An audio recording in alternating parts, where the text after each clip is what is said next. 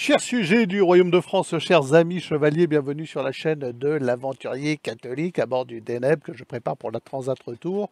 L'échéance approche, ça sera à partir du mois de mai, dès lors que le printemps s'installera et l'anticyclone au-dessus des Açores, et que nous pourrons remonter le plus sereinement possible vers la France. Voilà, je prépare doucement le bateau, j'attends mon équipière. Voilà, psychologiquement, la remontée de l'Atlantique, c'est pas une mince affaire, c'est quelque chose que l'on attend avec impatience et le bateau doit être fin prêt, donc j'espère qu'il le sera. Alors nous nous posons tous la question de l'état général de nos dirigeants, car nous constatons de manière flagrante, irréfutable, que nous soyons champions du monde du complotisme ou de simples quidam qui s'apercevons des choses en ouvrant les médias le matin ou en regardant le journal du déclin de la France. On s'en aperçoit, c'est évident, irréfutable et personne ne peut le nier. La France sombre à une vitesse folle. Chaque allocution de Macron est un pas de plus. Je pense même que nous avons franchi l'abîme et que nous sommes en chute libre à présent. Et donc cela est particulièrement flagrant depuis le 4 mars. Alors je rappelle pour les nouveaux arrivés sur cette chaîne que le 4 mars, la nouvelle constitution française a éjecté définitivement Dieu du champ politique. L'axiome qui dit tout pouvoir vient d'en haut a été nié, bafoué, et donc Dieu, par humilité, s'en est allé. Que s'est-il passé le 4 mars? Eh bien, la constitutionnalisation d'une loi de mort au mépris de l'acte créateur divin, et Dieu est parti, et depuis, nos dirigeants font absolument n'importe quoi. Alors la question se pose, elle est triple. Un, sont-ils fous? Deux, sont-ils aveugles?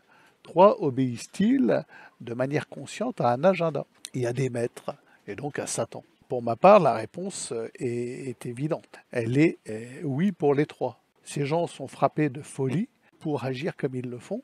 Il faut être complètement dingue car ils agissent au détriment de leur propre salut et ils sont dans l'incapacité de proposer une loi, quelle qu'elle soit, qui aille dans le sens du bien commun. Il n'y a pas un acte posé depuis le 4 mars qui aille dans le sens du bien commun, du bien-être, de l'équilibre de notre pays. Pas un acte. Dites-moi un seul acte.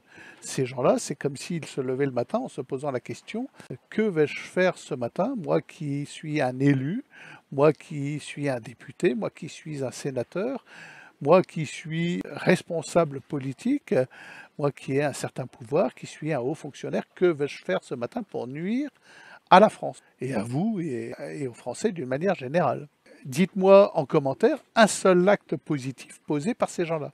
Ils augmentent les taxes, ils prétendent maintenant piller dans les économies des Français, ils vous interdisent bien de circuler, de faire du feu dans vos poêles, ils interdisent, ils spolient, ils mentent, ils inventent des ennemis façon Orwell en nous assénant un méchant Poutine à longueur d'allocution, la méchante Russie qui est notre pire ennemi et qui nous veut du mal. Ils poussent maintenant les jeunes à aller s'enrôler pour le sacrifice suprême. Et au nom de quelles valeurs? Les valeurs de la République qui sont devenues des valeurs de mort, uniquement des valeurs de mort. Ces gens-là œuvrent uniquement maintenant pour la mort. Et donc pour moi, la réponse aux trois questions, sont-ils soit fous, soit aveugles, soit conscients, obéissant à un agenda particulier promulgué par des maîtres et dont certains font un petit peu partie, hein, en adhérant à des loges et des courants de pensée, ils sont fous complètement, c'est-à-dire qu'ils sont dans l'incapacité d'exercer de la raison. Un acte raisonnable, c'est un acte qui va dans le sens du bien, de son bien propre, du bien pour son âme et du bien pour les gens dont on a la charge. Alors, les hommes politiques, ces élites, vous n'en faites pas partie, vous n'en ferez pas partie. Hein, pour adhérer à cette caste, car il s'agit bien de ça, il faut montrer, manifester une allégeance à des courants de pensée, à certaines loges, et enfin signer un pacte de non-agression, idem pour être évêque et intégrer la conférence des évêques de France. Hein, il faut signer un pacte républicain, un pacte de non-agression maçonnique. Sachez que ces gens-là sont totalement aveuglés, comme dit Isaïe, il a aveuglé leurs yeux pour qu'ils ne voient pas. Ils sont totalement aveugles, incapables de comprendre que leurs actes les conduisent eux-mêmes en enfer, tous autant qu'ils sont, hein, tous les gens de cette caste politique à laquelle appartiennent, que ce soit les gens du RN, de LFI, du Macronistan, de qui vous voulez. Il n'y a pas de différence actuellement dans cette caste ou des différences de théâtre, hein. Il n'y a rien qui puisse différencier un Bardella d'un Macron, excusez-moi, ou un Bardella d'un Gabriel Attal, qui nous sort quand même cette lapalissade extraordinaire. S'il n'y avait pas la guerre, ça serait la paix. Je ne vous mens pas, il a sorti ça. Voilà. Et ces gens-là, oui, sont fous, car il faut être fou, complètement fou, pour répondre à l'appel de cet agenda diabolique de destruction. Il n'y a pas un acte de Macron qui n'aille pas dans le sens de la destruction de notre pays. Pas une allocution. Alors le drame, c'est que beaucoup de nos concitoyens adhèrent à cette spirale, à cette folie, et considèrent que Macron, c'est un chef de guerre, il œuvre pour le bien, certainement pas pour le leur.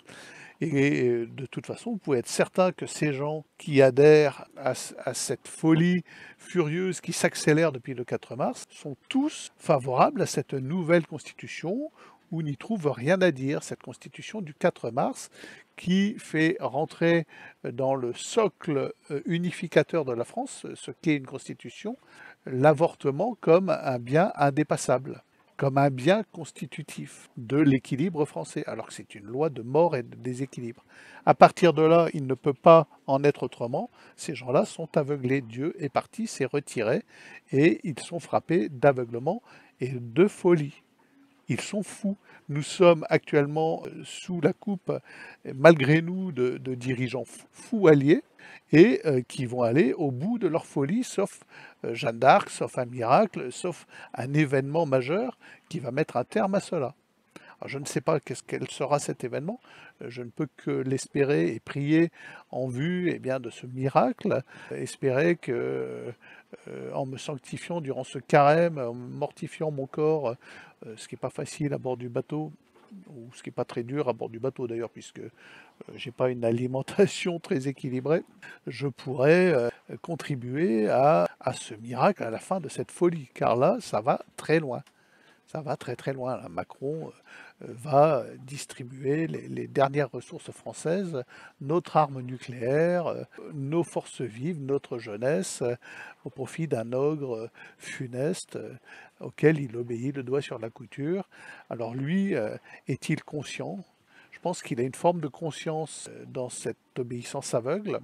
Il a conscience d'agir pour le mal, je pense, hein. Ça me semble impossible qu'il en soit autrement. Donc il agit pour le mal, mais pour agir ainsi pour le mal, il faut être aveugle. Il ne faut pas être lucide, il ne faut pas être clairvoyant, il ne faut pas être conscient de se damner. Parce qu'il n'y a rien de pire que la damnation, la privation éternelle de Dieu.